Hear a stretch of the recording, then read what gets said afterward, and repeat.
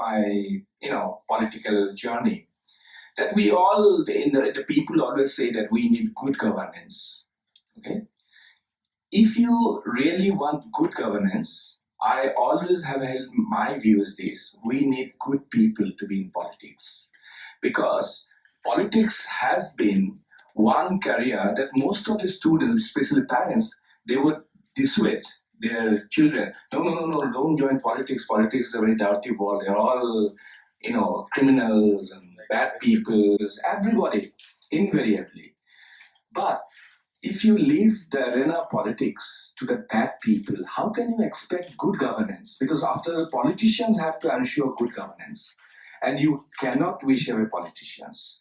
Politics is one field that is absolutely important.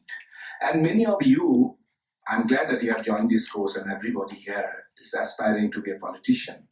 But most of the brilliant students that we have had in universities and colleges, invariably, they would like to join the Indian civil service, or they want to pursue some career, probably in the digital world or any whatever. But then, if you really want the transformation in the society, India has had a lot of problems since the independence. We had the largest number of poor people, impoverished people, backwards, and then social strata is so complex. We must have educated people, good people, because then only we can have good governance, the administrative system and everything.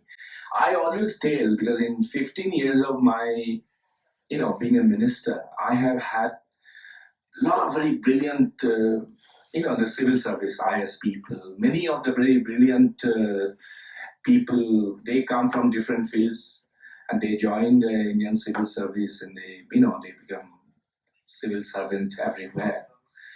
And then they end up their career probably as a chief secretary of a state or a cabinet secretary in the country, in Delhi, senior bureaucrats. But I have realized that these bureaucrats, they actually execute the governance, okay? But whenever, as a politician, as a minister, I had various civil servants, bureaucrats at different level, So I have always noticed that these civil servants, actually, they always have a very compartmentalized view. But you have to have an overview, everything. Who can provide that overview? And a politician who becomes a minister, So you cannot leave the administration, because we have so many social problems. We have different problems. These bureaucrats, yes, they also gather experience. They also deal with the people, throughout when somebody is a district collector, district magistrate, they go up the ladder. They also acquire experience. But let me tell you one thing. If you have to make good policy and really achieve social transformation, the politicians, only politicians, because they end up as ministers, they can provide an overview. They can see everything, not the bureaucrats. So bureaucrats have limitations, but politicians with experience, they can really lead the society, the civil society, their own states, the country in the path of peace, path of progress and transformation. That is why politics is absolutely important, and I'm very happy that this course was initiated. I really congratulate. Remember, politics is multidisciplinary. You can't have a single track mind. You should always realize, you should try to grasp people's problem. Different people, different states, different localities, different areas have, different problems.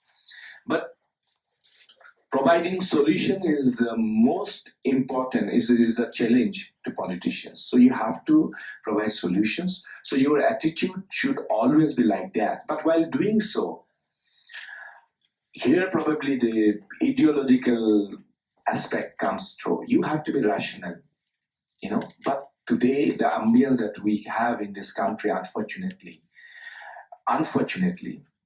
is not very rational. Because the people are stakeholders. So you cannot differentiate on the basis of caste, creed, religion, language. They are all our subject, all our people. So you have to have a rational view. So that is my take on it.